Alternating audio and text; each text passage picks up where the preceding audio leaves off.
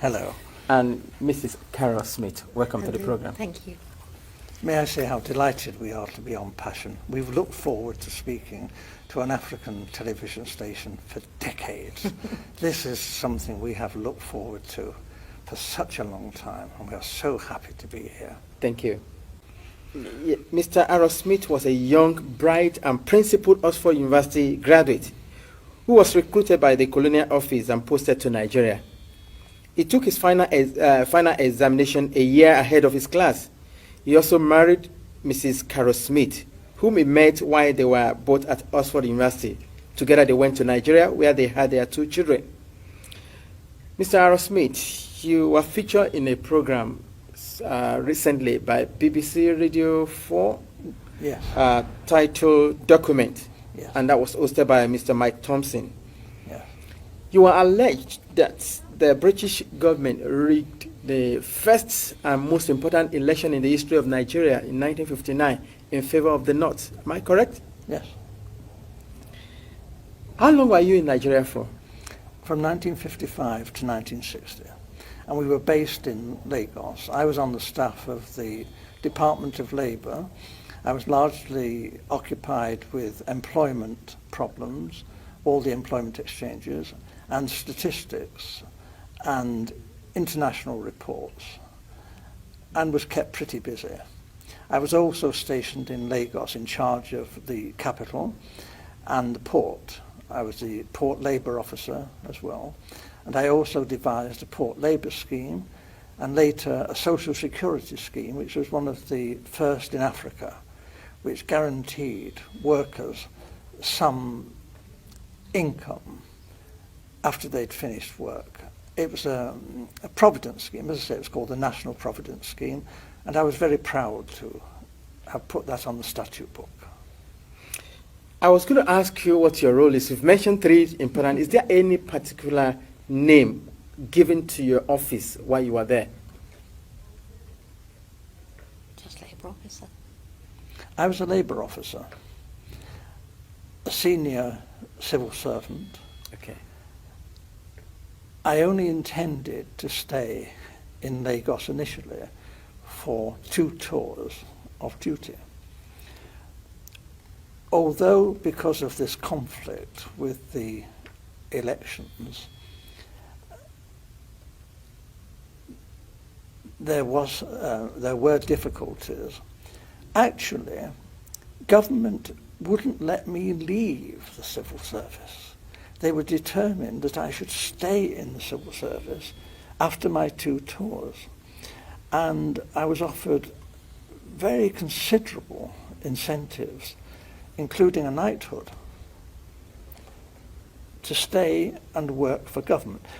Primarily this was because I had access to state secrets. I learned, and the Governor-General himself confirmed this to me, that the elections were rigged, contrived. The intention was that the North should rule Nigeria. Even in '56, the northern leaders were very proud and were saying, if they couldn't run Nigeria, never mind elections. They might not join Nigeria. They might leave. And we all thought, well, how would they survive? There were no industries. There's not a great deal of agriculture, some groundnuts in the north. This wasn't very practical at all. And then it was, the Governor-General seemed to be thinking that the North couldn't, even if it won an election, rule Nigeria by itself. The South wouldn't stand for that. So there had to be a partner, either the Igbos in the east or the Yoruba in the west, to team up with the North. What he didn't want was for the 2 southern parties, the Igbo and the Yoruba, to team up to form the government, because he believed the North wouldn't tolerate that and talked about leaving the federation. So as I learned, in a small way at first, but very rapidly I learned about the election fixing, and as I say, this was confirmed to me by the Governor-General. He actually said that he wanted me to know the truth, because he wanted me to know how much trouble I was in. You mentioned statistics. You were collecting figures. Yes. Is that for labor and unemployed people only, or general? Primarily, but obviously my interest was in the population of generally. Nigeria. Yes, and Awolowo, the Yoruba leader of the action group, yep. and Chief Enaharo, they too, other people were saying, where are all these millions of people in the north? Where are they? We're going up there to campaign. We want to know, you know. And you see all these, you know, thousands of miles of not very developed countryside, and yet the northerners are claiming that their voting registration figures are larger than in the south, you know, larger, far more people up there. Well, actually, if you went through the Igbo land, you know, Enugu and that, you saw lots and lots of people. If you went to Ibadan, again, Ibadan teeming, you know, with millions of people. But we didn't actually see many northerners, and obviously not many northerners at that time came to Lagos.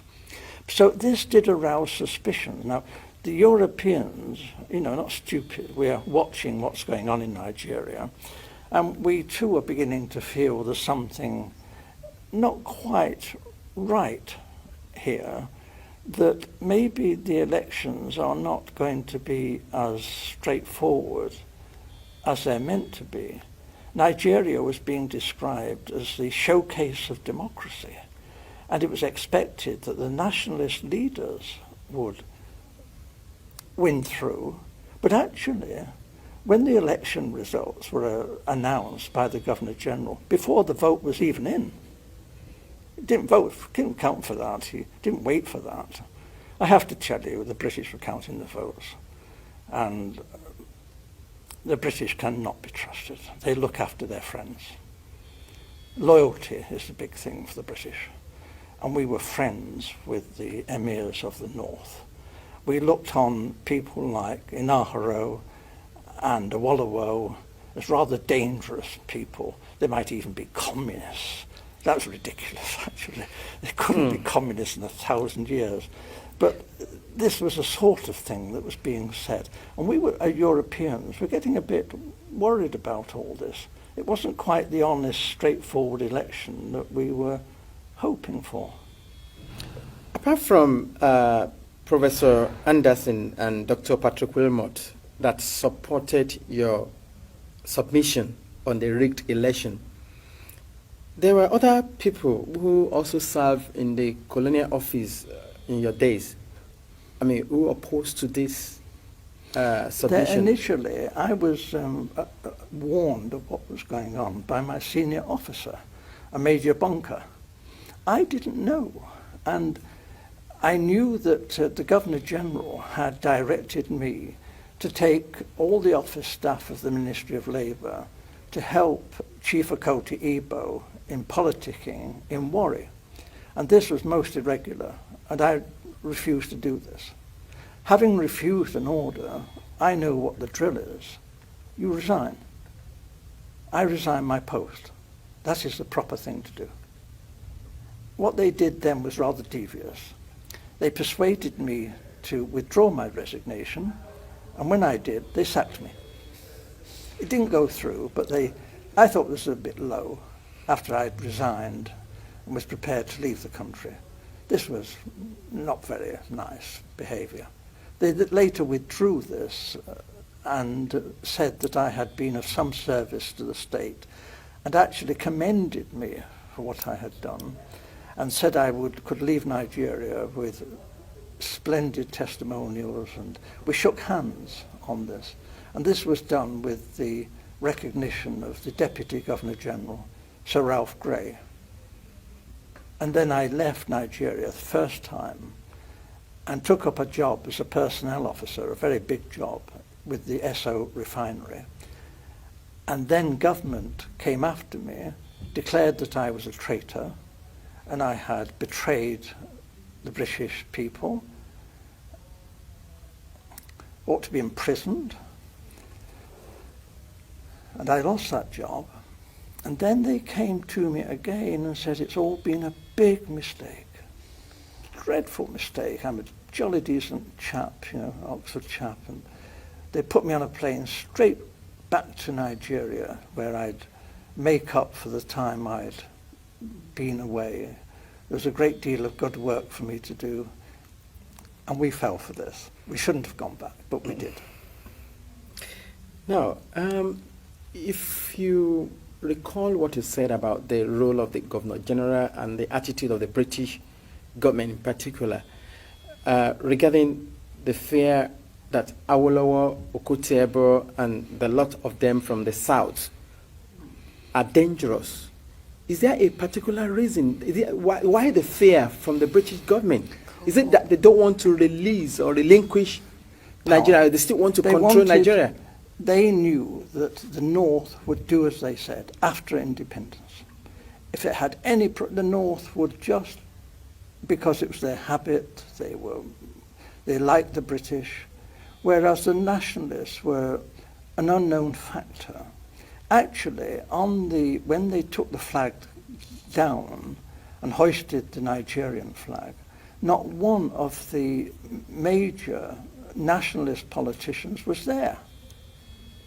They weren't even on the platform. This was incredible. These were the people who had sought independence. The people in the North didn't want independence. They didn't want the British to leave. So this was a farce. And for most Europeans who were very close on watching this, we were disgusted. We thought this really had been manipulated, this election. It was unworthy. It was unworthy of the British people, this. This was no honest, straightforward thing that you would expect Britain, the mother of parliaments, to do. This was cheap and low and criminal. And I opposed it. And I opposed it then, and I've opposed it ever since. And I'm telling you the truth. And I was warned, if I told you this state secret, my life could be forfeit. Earlier on, you said the British government wanted the North in alliance with either of the southern region, either with the Yorubas or with the Igbos. But Awolowo, without which they cannot they can't do it this rule the country. The problem was that Awolowo was a highly principled man. Okay. You didn't talk to Awolowo about squalid deals and fixing things. Awolowo was not that kind of person. If you read his books, this man was a world statesman. And his young lieutenant, Chief Enaharo, was brilliant, absolutely brilliant. However, they did do a deal with Zik, Dr. Azikiwe, Okay. from the east. Dr. Azikiwe, there was this big problem in Nigeria. It's the same big problem in America and in Britain. How do you get funds to fight elections? The candidates in Nigeria had no money, but they did have marketing boards, which were a kind of semi-nationalized industry. And they borrowed money from the marketing boards. But there was a suspicion that Dr. Azikiwe, who has formed his own bank, the African Continental Bank, was actually bankrupt. But he was borrowing very large sums of money from the marketing boards and not necessarily repaying the loans. We knew this. We had a great secret service. All the politicians' phones were tapped. All the politicians' mail was opened. Everything that any major politician did in Nigeria, we knew in hours. We watched. We knew all that was going on. Are you saying, in essence, that Dr. Azikiwe took money? He was blackmailed by the British to do our bidding. We told Dr. Azikiwe that he could go to prison If an inquiry was carried out into his bank and his financial circumstances. However, we would not want to be vindictive if Dr. Azikiwe was cooperative in helping forward the plans that we had made in the best interests of Nigeria. Dr. Azikiwe has nothing in common with the northern politicians. He loathed the northern politicians. But Dr. Azikiwe went north and did as he was told. And what he was promised was this: the real power, effective power, would be in the hands of the northern emirs. However, it would look great if the president was Dr. Azikiwe and he was given a field marshal's uniform and an admiral's uniform. He asked, please, could he have a row of medals? But they said, well, no, that was a bit difficult, to get the medals. So when the ambassadors started arriving, he was known to be asking people from foreign countries, perhaps they had a medal for his uniform. We thought this was terrible, but it was said that this happened. He was very vain. And for a time, he functioned as first the Governor General, and then when Nigeria became a republic, as the president. But he had no power. And when he did try to tell the army, he said, I'm the field marshal, the army has got to do with this. They said, hey, you're just a ceremonial figure. You have no power. The Prime Minister, Balewa, gives us our orders. So there was a feeling then that there was going to be trouble.